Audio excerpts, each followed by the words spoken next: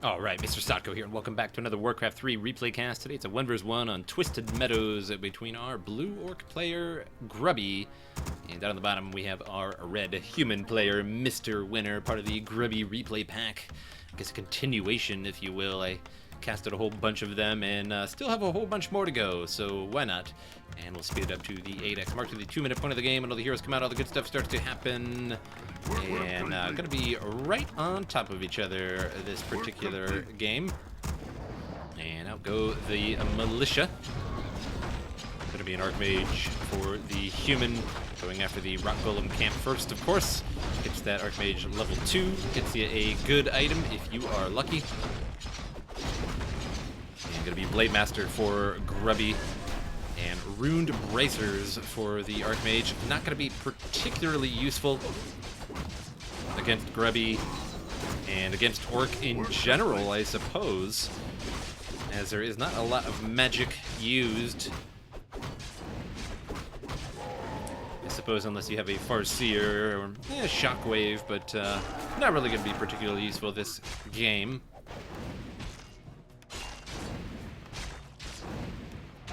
And losing a couple peasants on the way there, so Grubby getting some easy experience and setting his opponent back just a tad. And now Grubby to the Goblin Merchant may pick up a Circlet of Nobility, indeed. And we'll do some extra damage to the Archmage. Take a look at the human base here real quick. Lumber Mill coming up. And Stronghold on the way for Grubby. Grubby going to be going after the Gnoll Overseer camp. Meanwhile, his opponent going after the little Gnoll Brute camp. Going to try and get his level 3. Not going to get it from that camp, but we'll get closer to level 3. And Blade Master taking all of the damage, but he should be going back to the Voodoo Lounge after this fight to salve up. He should be A-okay. And the Archmage running off and killing his water elemental on the creep camp, because why not? Circular Nobility for the Blade Master, second one for him. And now Boots of Speed sells the Runed Bracers, as I said earlier, not going to be particularly useful against Orc in general, but not so much this case against the Blade Master. And now Grubby with some salves, ready to rock and roll. And Circlets of Nobility, always good to stack. I remember a long time ago, maybe back in 2005 or so, 2004 maybe, way back in the day, my friend and I used to play 2 vs 2 AT, and we would both go Blade Master, and we would just buy out all of the Circlets of Nobility so that our Blade Masters would have 4 or 5, sometimes 6 of them on a Blade Master within the first few minutes of the game. Or rather, as soon as they would refresh in the shop, we would buy them, and it makes for a pretty potent Blade Master, and it's actually kind of funny. But that was way, way, way back in the day. Not that it was meta or anything, but always got to do fun things when you play an RTS. Got to spice things up once in a while. Water Elemental surrounded by peons, and other peons forced to repair the burrow. MisterWinner desperately trying to take it out. Don't think it's going to happen, but it will take a bunch of resources from Grubby to repair said burrow. So just know that even though you don't take out your opponent's burrow, you are still costing resources as long as they are repairing it, and they're also not harvesting lumber as well. So it does do damage to your opponent just by simply attacking the burrow, forcing that repair. And Water Element will go down, give a little bit of experience to the Blade Master. Second hero on the way, question mark. I don't know why else you would stand next to waiting for the keep to finish here. Just gonna be a couple seconds, and gonna be a Beastmaster. That's what I'm gonna call it. I'm gonna call it Beastmaster, as that is the soft counter to the Blade Master. And indeed, gonna be a Beastmaster as soon as you get out those hawks at level 2. And start seeing that Blade Master wherever he may go. Don't need no dust of appearances when you got those hawks flying around. And the Beastmaster has a ring of selling transferred from the Archmage.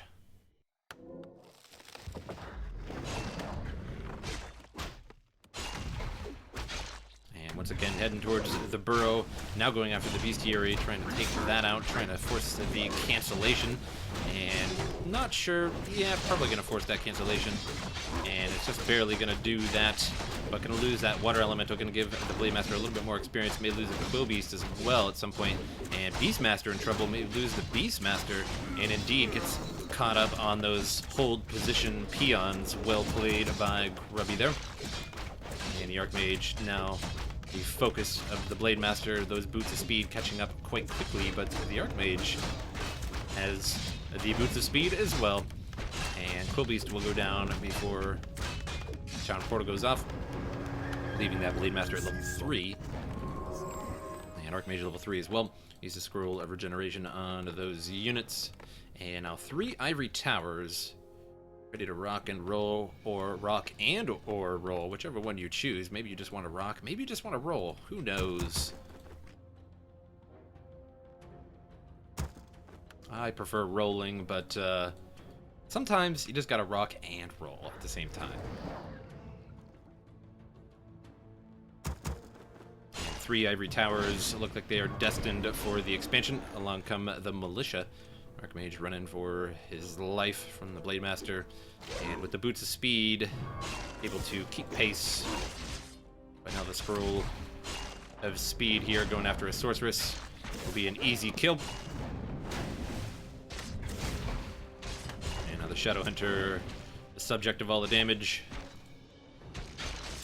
And hex after hex on these casters pretty much dooms them instantly. And losing a lot of casters, 3 so far in that engagement. And Beastmaster semi-surrounded here, somewhat surrounded by his own units. Blade Master will bail for now. Gonna pop that healing salve. And we'll have to wait just a moment before he re-engages and takes an instant hit there from the Quill Beast, stopping that healing. And once again has to bail out, go into scared Blade Master mode. Gonna lose the Shadow Hunter, but gonna lose the Beastmaster at the same time. Don't know which one died first, and that is actually somewhat important as to giving the Shadow Hunter experience for that Beastmaster or not. And it was really, really close. And as you guys watching the video, a little bit easier for you because you guys can focus on the text and see which one died first. And you also have the joy and ease of that rewind button, or rather not rewind, but more like click and pull back on YouTube. YouTube needs a better rewind and fast forward system in my opinion.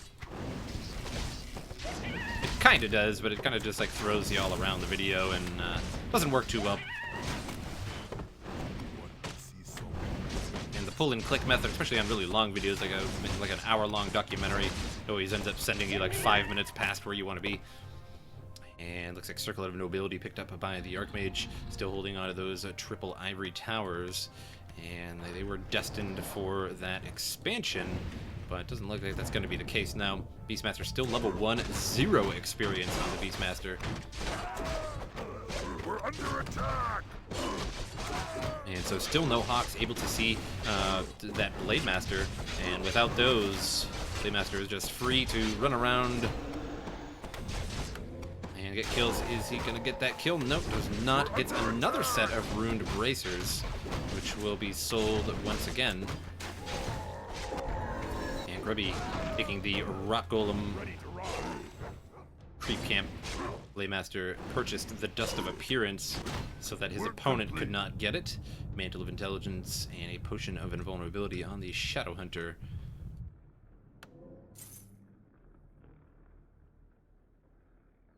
And in case there's any sorceress trickery of invisibility, I suppose that Dust of Appearance would come in handy as well. But I think he mostly just yoinked that just to get it away from his opponent. And Kodo Beast now out. And some Troll Headhunters as well. Ready to ride! We're pulling away the creeps a little bit here. Rock Golem camp may have to be put on hold. Ivory Tower is now coming on up. Just 1, 2, and 1 more to go. And there is that third tower. Now all of them being guard towers. It would be nice to see one arcane tower in there just to sap the mana from the Shadowhunter and or Blade Master.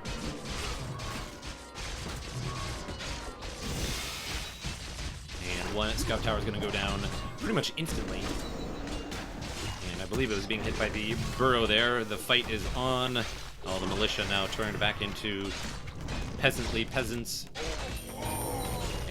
Beastmaster finally hits level 2 after being out for at least 5 minutes.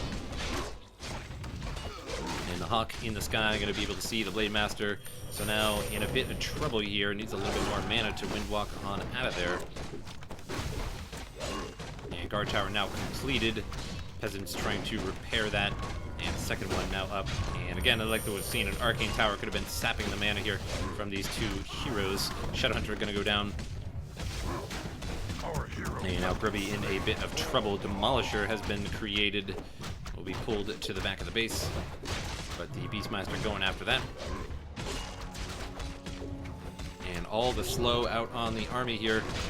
Really taking the DPS away from the Blade Master. Both of the heroes in the back of the side of the base. And Burrow is just having a field day on these human units that were in the back there.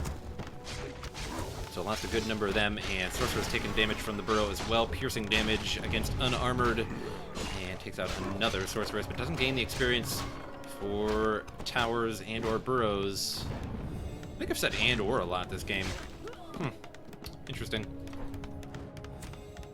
Sometimes you do, sometimes you don't. But either way, you do not get experience from towers killing units, unfortunately.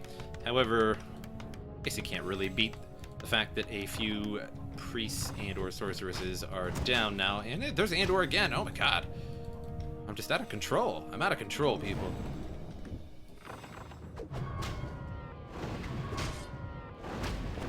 And Grubby in a bit of trouble. Maybe I'll say and or just at the end of the replay, just as I finish up the replay, just for one more, you know, like right at the end.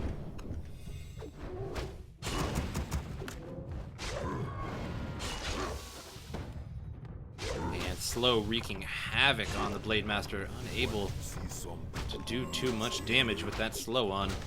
Priest taking big damage here from the Burrow, and they exit the Burrow just before the Priest was about to die. And if the Blade Master would wait just a moment longer, could have more health. And Shadowhunter uses some chain heal there, and a little extra chunk. And now the guard tower is going to be big trouble here. One guard tower taking big damage from the Burrow, and I don't think that tower is going to last, so the cancellation has occurred. And no more Hawk in the sky, so when the Blade Master is Windwalk, he is safe for the moment. But no mana on that Blade Master. Picks up, purchases rather, a potion of healing. Stay alive.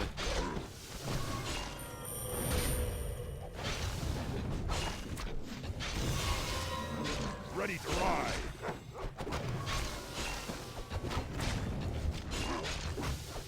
Grubby unable to really get too many kills here.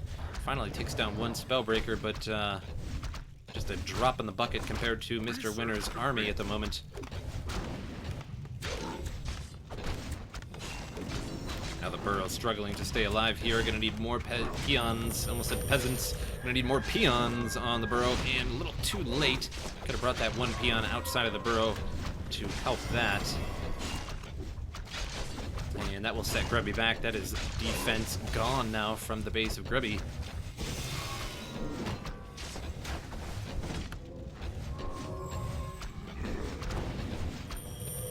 And now Grubby loses even more units and more raiders on the way, but nothing really else. No grunts being made, and no more Spear Walkers on the way.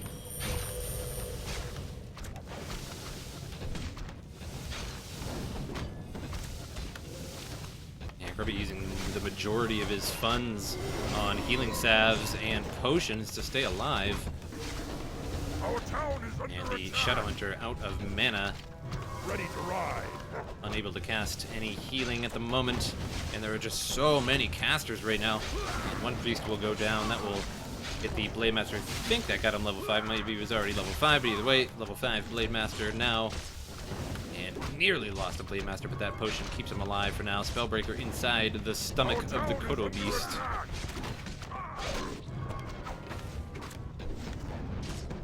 And without that burrow there, that is a lot of defensive area lost. And now Thunderhawk out in the sky. And now keeping away from the Voodoo Lounge. Grubby will have a big problem not being able to get to that Voodoo Lounge. And gonna come around from the backside, gonna have the Sorceress, but the Hawk in the sky there is gonna catch everything going on. Hawk still chasing down Grubby here, down to 50 health. Purchases a healing salve, but the Hawk continues to chase. Blade Master don't think he's gonna make it. And that is gonna do it for the Blade Master, and that will force the GG from Grubby. MrSotko, the winner, as stated in his name. But a very interesting game, well played on both sides, especially to MrSotko there, bringing those ivory towers, and I think really one of the critical junction of the game was actually taking away that Orc Burrow, as it had a pretty good defensive radius.